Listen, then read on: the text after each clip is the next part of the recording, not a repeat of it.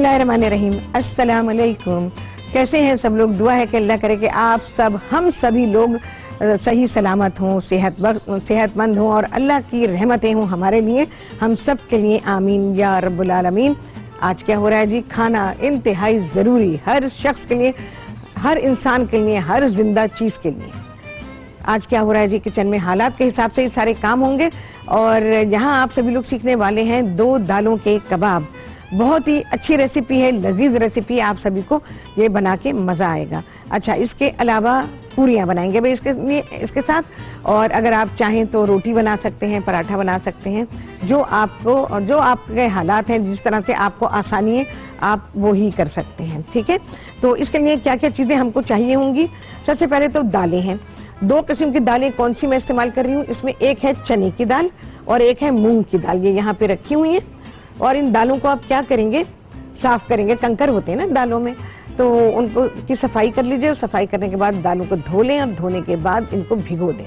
काफ़ी देर तक दालों को भिगोइएगा और भिगोने के बाद उसका पानी फेंक दें, नया पानी डालें और दालों को उबालने के लिए रख दीजिए। दालों को इतना उबालेंगे कि दाल गल जाए, लेकिन वो बिल्कुल पतली ना हो जाए और ना ही वो ऐसी हो जाए कि जब आप इसको पीसें तो पीसना इसका मुश्किल हो जाएगा।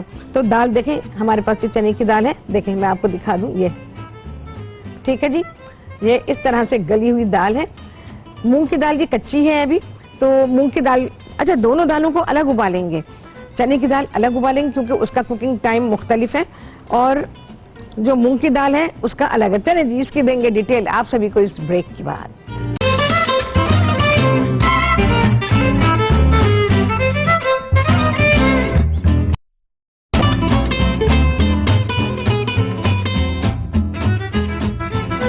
हाँ जी, वापसी हो गई है ब्रेक से और आप सभी को कहती हूँ बहुत ही खुशामदीद अपने प्रोग्राम में। अच्छा जी, यहाँ पर मैं कबाब फ्राई करना शुरू करती हूँ क्योंकि आप सभी लोग जानते हैं कि बस ब्रेक आ जाएगी तो सभी धरा रह जाएगा। कभी ऐसा होता नहीं है वैसे कि धरा रह जाए, कितना भी मुझे टाइम मिले मेरा काम अल्हम्दुलिल्लाह पूरा हो जाता है। बहुत ही शॉर्ट टाइम मुझे मिलता है, 5-5, 6-6 मिनट आते हैं मेरे तो बस काम करने के लिए। अच्छा जी, यहाँ पर हमने पैटी बना के रखा हुआ है। ये देखें, दालों को हमने पीसा, मसाले जो भी डाले हैं, रेसिपी कार्ड अभी चलेगा, आपको पता चल जाएगा।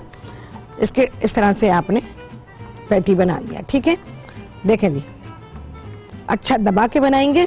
अच्छा, दाल के बारे में बता दूं, सबसे अहम चीज़ है दाल जब आप उबालेंगे तो एक बात का ख्याल रखिएगा, वो मैंने आपको दिखा दिया कि दाल कैसी उबली भी होनी चाहिए। इसके अलावा दाल में अगर पानी है तो उसे छलनी में डाल दीजिए और उसका पानी निकाल दीजिए। अगर गलती से आपसे ये हो गया है कि दाल जो है वो बहुत ज़्यादा नरम हो गई है, फिर आप क्या करेंगे? अब तो फंस गए भाई। तो अब ये करेंगे कि एक आलू उबाल लीजिएगा और आलू को पूरा गला लीजिए और गलाने के बाद साबुत उबालिएगा, काट के आलू नहीं उबालिएगा क्योंकि रेसिपी अलग है ये। हम दूसरी रेसिपीज़ में कभी होता है सलाद वलाद बनाते हैं तो आलू को हम बिना मतलब काट के हम उसको उबाल लेते हैं। अच्छा, इसको मैं फ्राई करना शुरू करती हूँ। तो फिर एक आलू उबाल के इसमें मशीन में मत डालिएगा। आपने आलू को जब उबल गया, गल गया, ठंडा कर लें और ठंडा करने के बाद आपने उसको छीलना है और उसको ग्रेट कर लेना है और ग्रेट करके इसमें शामिल कर दीजिए। तो इससे क्या होगा कि जो आपकी दाल बिल्कुल पतली हुई है और आपके लिए कबाब बनाना मुश्किल हो रहा है, तो फिर आप ये कर लीजिएगा। वैसे तो एहतियात से काम करें, ज़्यादा बेहतर है। तो इसको मैं फ्राई करना शुरू करती हूँ। देख लीजिए, कुछ नहीं है, सारी चीज़ें जो मसाले लिखे हुए वो मैंने इसमें डाल दिए हैं, जिसमें लहसुन अदरक है, पकाने के दौरान में जो डाला है वो है लहसुन अदरक और प्याज है, और दालों को गला लिया है। दालें दोनों दालें जो हैं वो अलग अलग उबाली गई हैं। वो टूट गया, ये चने की दाल अलग और मूंग की दाल अलग, क्योंकि दोनों का कुकिंग टाइम बिल्कुल ही अलग है, तो इसलिए उनको अलग अलग ही आप उबालेंगे। जब दालें उबल गई तो अगर पानी है तो छान लें और उसको ठंडा करें। ठंडा करने का, गरम दाल को ना पीसिएगा। जब दाल ठंडी हो गई है तो फिर आप उसमें मसाले डालें और मसाले डालने के बाद दाल को पीस लें। अच्छा, बॉयल करने के दौरान में दाल में मैंने साबुत लाल मिर्चें भी डाली, 6-7 साबुत लाल मिर्चें हैं, ये डाल दी हैं। आप ज़्यादा खाते हैं तो 2-3 इसमें ऐड कर सकते हैं। चलो जी, ये तो फ्राई करने के लिए रख दिए हैं। अच्छा, सारे मसाले डालेंगे, आलू की जरूरत पड़ गई तो आलू डाल दीजिएगा, और सारे मसाले आप डाल दें, उसको चख लें, उसका नमक वमक सब चख लीजिए, और उसके बाद सारी चीज़ों को मिक्स करेंगे। इसमें हरा मसाला भी डाला गया है, जिसमें कि प्याज है, हरा धनिया है, पुदीना है, हरी मिर्चें, अच्छा चॉप की हुई अदरक है। ज़रूर डालिएगा, अगर है आपके पास तो डाल दीजिएगा, क्योंकि अदरक से इसमें टेस्ट बहुत ही अच्छा बनेगा। इनको हम, सब कुछ पक्का हुआ है, बस ऐसी आंच के ऊपर फ्राई करेंगे कि इनके ऊपर फ्राइंग मार्क आ जाए, कलर अच्छा हो जाए। देखें जी, खूबसूरत कलर बन गया है। और ये जो खाना मैं आपको बता रही हूँ, ये आप नाश्ते से लेकर रात के खाने तक किसी वक्त के लिए भी तैयार कर सकते हैं। सादगी इख्तियार करें और फरमाइशें बंद बिल्कुल। आप लोग कर सकते हैं, मुझसे कोई हालात के मुताबिक कोई फरमाइश कर सकते हैं, लेकिन मैं घर वालों के लिए कह रही हूँ कि बच्चे घर में हैं तो बिला वजह वो बेकाबू हो रहे हैं, और मर्द हैं तो वो भी, तो सब लोग जो है हालात के हिसाब से अपने आप को मोल्ड करें, और हालात के हिसाब से, और घर में समझाया जाए इस बात को कि देखो भाई जो हालात हैं, जो चीज़ अवेलेबल है, इवन आप खरीद भी सकते हो तब भी, क्योंकि मामला अवेलेबिलिटी का भी तो है ना, क्योंकि चीज़ें शॉर्ट हो गई हैं मार्केट से। कोई चीज़ आपको मिल सकती है, कोई आपको नहीं मिल सकती, आप पे कर सकते हैं, लेकिन चीज़ अवेलेबल नहीं तो फिर क्या करेंगे। इसको मैं साइड पे लगाती हूँ। अब ये इनको हल्के हल्के सेकने देते हैं, ठीक है। और बना लेती हूँ मैं। देखें कितने अच्छे बन रहे हैं, क्या इनकी खुशबू आ रही है। कितने आला कबाब बन रहे हैं। कबाबों को अच्छा शेप दीजिएगा। देखें मैं दुरुस्त कर रही हूँ शेप। ये क्यों ऐसा हो गया भाई? कैसे बंद कर दिया भाई इसको? आसान ही रखा करें। मुझे बिल्कुल पसंद नहीं है कि काम में कोई मुश्किलात आए। सारी इंस्ट्रक्शंस देने के बाद भी ऐसा नहीं होना चाहिए। देखें जी, मैं इसको शेप कैसे दे रही हूँ, टाइट शेप दे रही हूँ। अच्छा, ये सारी चीजें जो आप डालेंगे इसके अंदर, मैंने जीरा लिखा हुआ है। इसमें क्या क्या चीजें हैं फिर से बता रही हूँ आपको। इसमें जीरा है, कुटा हुआ है, पिसा हुआ है, जैसा भी है वो आप ले लीजिए, और नहीं है तो कूट लीजिए। कुटा हुआ डालेंगे ज्यादा बेहतर है। और इसके अलावा इलायची डाली है मैंने, 3-4 इलायचियाँ जरूर डालिएगा। इलायची से बहुत ही अच्छा सा इसका टेस्ट बनेगा। मैं पहले जरा शेप दे लूं, फिर मैं इसको फ्राई करती हूँ, क्योंकि यहाँ भी जरा स्पेस बन जाएगी ना। और क्या चीज है जी? पिसा हुआ गरम मसाला, सारी चीजें मिक्स कर देंगे भाई, जितनी भी लिखी हुई, कोई चीज भी बाद में डालने की नहीं। चले जी, आ गया है ब्रेक, कबाब बनेंगे, इसके बाद बनेंगी पूरियां। आप सभी सीखेंगे ब्रेक के बाद।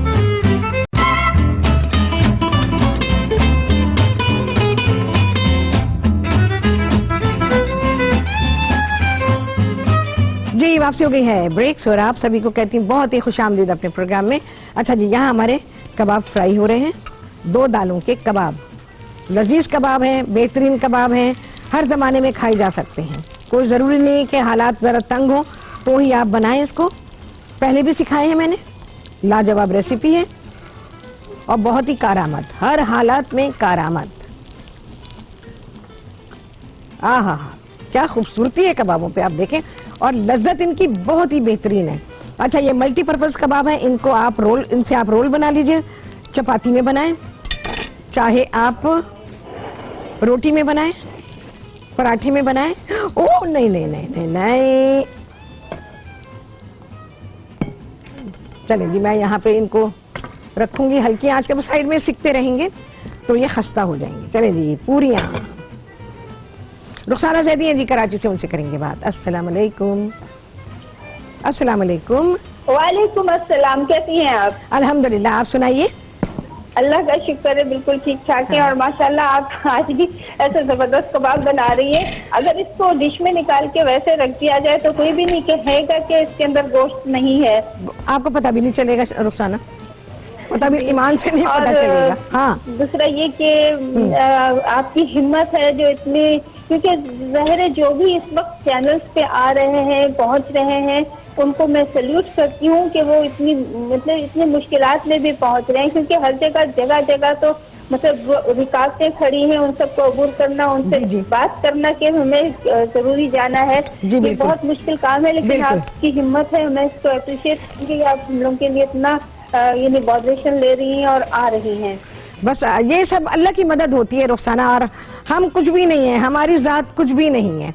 और जाहिर है लोग भी मुश्किलात में हैं, उनको भी चाहिए कुछ ना कुछ आइडिया चाहिए। ख़वातीन बहुत मुश्किल में हैं, तो इस वजह से तो मैंने सोचा कि मुझे प्रोग्राम करना चाहिए, तो इसलिए मैं प्रोग्राम कर रही हूँ। वरना बहुत से लोगों ने छोड़ दिया, नहीं कर रहे हैं, लेकिन मैं अल्हम्दुलिल्लाह कर रही हूँ। और जब तक कर रही हूँ भाई, जब तक अल्लाह का हुक्म है, जब अल्लाह का हुक्म जब तक है हम करते रहेंगे इंशाअल्लाह अज़ीज़। तो बस। अच्छा जी, पूरियाँ बहुत दफ़ा सिखाई हैं। यहाँ पर मैंने ये जो गरम हमारा तेल हो रहा था, ये मैंने डाल के यहाँ पे चिकना कर लिया। पूरी के लिए कोई आपको ऐसा आटा नहीं चाहिए। ये मैंने मैदा गूंधा हुआ है, मैदे से बनाए, सफेद आटे से बनाए। अच्छा, आप चपाती के आटे से अगर पूरी बनाएंगे तो क्या होगा, वो तेल बहुत पी लेगी। जब आप उसको फ्राई करेंगे ना, तो वो तेल पिएगी, पूरी तेल पी लेगी ना, फिर आपको मज़ा नहीं आएगा, और उसमें भारीपन आ जाएगा और उसका हजम करना भी मुश्किल हो जाएगा।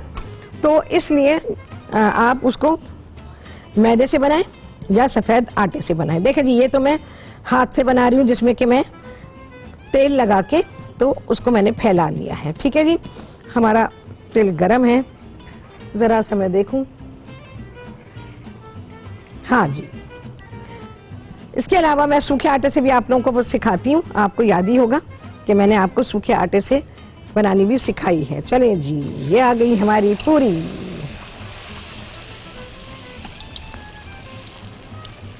मैं भी उसे सूखे मैदे के साथ भी बनाऊंगी, तो आप देख लीजिएगा। तो आप लोगों को जिसको जो आसानी हो उस तरह से बनाएं, और सूखे मैदा आटा लगा के बनाना कोई जुर्म नहीं है, बिल्कुल बनाएं। आराम से चीज़ बननी चाहिए, घर में आसानी होनी चाहिए।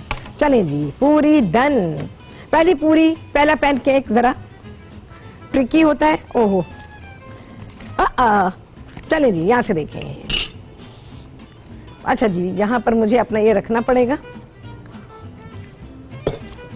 ये ऑयल घी इसका ड्रेन करने के लिए। अच्छा जी, ये तो मैंने आपको बता दी कि आप ऑयल के साथ कैसे बनाएंगे।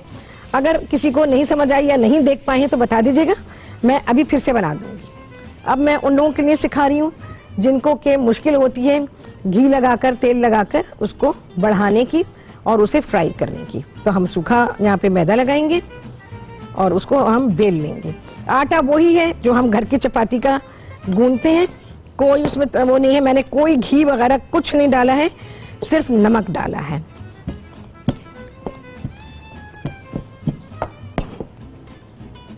इसमें यह होता है कि ये उठानी भी आसान आप लोगों के लिए और इसको फ्राई करना भी आसान।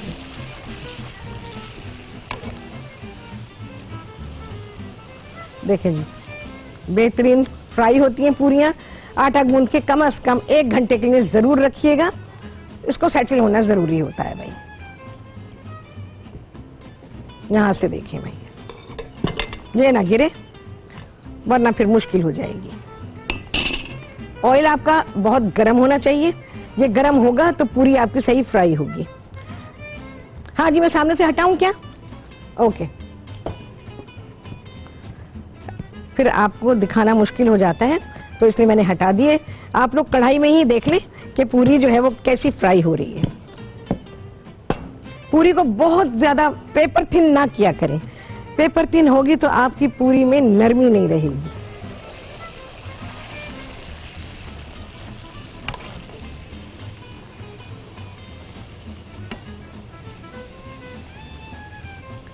देखें जी, बेहतरीन तैयार हो रही है पूरी और ये फ्राई हो चुकी है।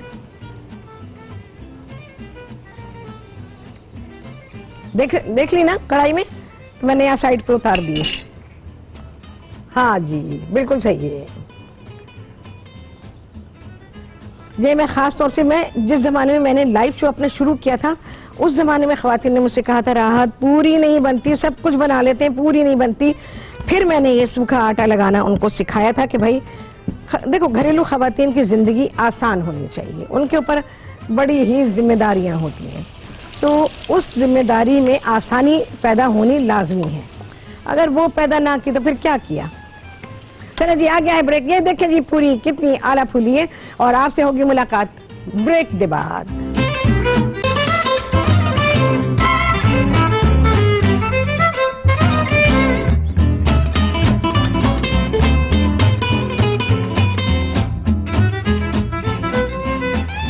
हाँ जी, वापसी हो गई है ब्रेक्स और आप सभी को कहती हूँ बहुत ही खुशामदीद अपने प्रोग्राम में। अच्छा जी, यहाँ पर पूरियाँ बनाएंगे भाई हम, क्योंकि पूरी बनाई जा सकती है। हमारे पास पूरियाँ अभी तैयार नहीं हुई हैं इतनी, तो मुझे ज़रूरत है कि मैं पूरियाँ तैयार करूँ यहाँ पे। हाँ जी, मेरा रोलिंग पिन कहाँ है? ले गए क्या? नहीं, यहाँ पर है। बेहतरीन खाना, यकीन जाने कबाब इतने लजीज हैं, आप कहेंगे कि वाह इसमें कहीं कोई नहीं कहेगा, किसी को बताइएगा भी नहीं, लगेगा कि गोश्त इसमें मौजूद है। और इतना लजीज खाना तैयार हो गया। दालें वाले तो लेकर रखी ही होंगी ना। आमतौर पर लोग जो ड्राई चीज़ें होती हैं वो ले लेते हैं, तो उससे ये होता है कि बहुत आसानी हो जाती है। एक, आपको स्टोरेज का मसला नहीं होता है, क्योंकि इनको रखने के आप कैबिनेट में रख सकते हैं। इनको कोई फ्रिज या डीप फ्रीजर की ज़रूरत नहीं होती है। अच्छा जी, सब लोग कहते हैं, सभी ने कहा, लेकिन मैंने अपने प्रोग्राम में अभी तक ये बात नहीं की जो मैं अब कर रही हूँ। अब वो ये है कि सब कहते हैं जी अच्छी तरह से हाथ धोएं, अच्छी तरह से जो है वो अपने हाथों को साफ सुथरा करें और इस तरह से करें, उस तरह से करें। ठीक है, मैं आपको अकॉर्डिंग टू हदीस बताती हूँ कि आपको करना क्या है। सबसे पहली बात तो ये है कि नाखूनों को काटें। आज जुमे का दिन है, सुन्नत के मुताबिक जुमे के दिन नाखून काटने चाहिए। सबके नाखून छोटे हों, औरतों के नाखून यकीन जाने इतने भयानक बड़े हुए कि मैं कहती हूँ कि जैसे गीदड़ के होते हैं, किसी जानवर के होते हैं, इतने बड़े बड़े नाखून मैंने देखे हैं। उनकी सफाई तो सवाल ही पैदा नहीं होता, नामुमकिन है। दुनिया का कोई सा भी स्ट्रॉन्गेस्ट आप सैनिटाइजर यूज कर लीजिए, कुछ भी नहीं होगा जब तक कि आपके नाखून छोटे नहीं होंगे। नाखून छोटे हों और वो अच्छी तरह से हाथ धुले हुए हों। हमारे नबी सल्लल्लाहु अलैहि वसल्लम ने क्या फरमाया है कि जब भी बाहर से आओ सबसे पहले हाथ धो, कुल्ली करो, उसके बाद जो दिल चाहे खाओ पियो। हमारे यहाँ शुरू हो जाते हैं, ना हाथ धोए ना कुछ, गाड़ी चलाई, पैदल आए, बसों में आए, मोटरसाइकिल पर आए, जैसे भी आए, बस मुझे खाना दे दो, मुझे भूख लगी है। ना हाथ धोने, ना कुल्ली करनी, कुछ नहीं करना। तो फिर कोरोना को क्यों रोना, किस लिए? कोरोना तो कैसे भी भयानक वायरस, बैक्टीरिया दाखिल होंगे जिसम में, फॉलो ही नहीं करते। एक बार डिसाइड कर लें कि मैं बाहर से आई हूं या आ गया हूं। बच्चों में आदत डालें कि भाई आप बाहर से आए हैं, सबसे पहले आपने अपने हाथ धोने हैं, कुल्ली करनी है, उसके बाद खाना है। बच्चे एकदम खाने पे टूट पड़ते हैं, और ना माँ मना करे ना बाप मना करे, कोई मना नहीं करता। मैं तो कितने लोगों को ऐसे जानती हूँ जहाँ तरबियत की बेइंतहा ज़रूरत है। जिस दिन आपके डिसाइड कर लें कि मुझे बाहर से आकर अपने हाथ धोने हैं, कुल्ली करनी है, यकीन जाने उस दिन के बाद से आपका दिल नहीं चाहेगा कि आप हाथ धोए बिना या कुल्ली किए बिना आप कुछ खा लें। आपके हलक से नहीं उतरेगा। अगर आपने भूल से खा भी लिया तो आपका दिल चाहेगा कि आप उंगली डाल के हलक से निकाल दें उस खाने को। यकीन जाने ये मेरा तजर्बा है। आप खा नहीं सकते जब आपने डिसाइड कर लिया कि मुझे सबसे पहले अपने हाथ धोने हैं, मुझे कुल्ली करनी है, मुझे अपने नबी सल्लल्लाहु अलैहि वसल्लम की हदीस के मुताबिक काम करना है। मजा आ रहा है जब कोई चीज़ आपको नुकसान दे दे, तो आप इस तरह से करें। और नाखून काटना, ये खवातीन जो खास तौर से मेकअप में हैं, टीवी चैनल्स की मैं बात कर रही हूँ, यकीन जाने इतने लंबे लंबे नाखून आपके फेस पे लग गया, उसकी बीमारी आपके अंदर आ गई, स्क्रैच पड़ा, ट्रांसफर हो गई। सबसे पहले चेक करें, जो लोग भी टीवी पर काम करते हैं, कि मेकअप आर्टिस्ट के नाखून बड़े नहीं होने चाहिए।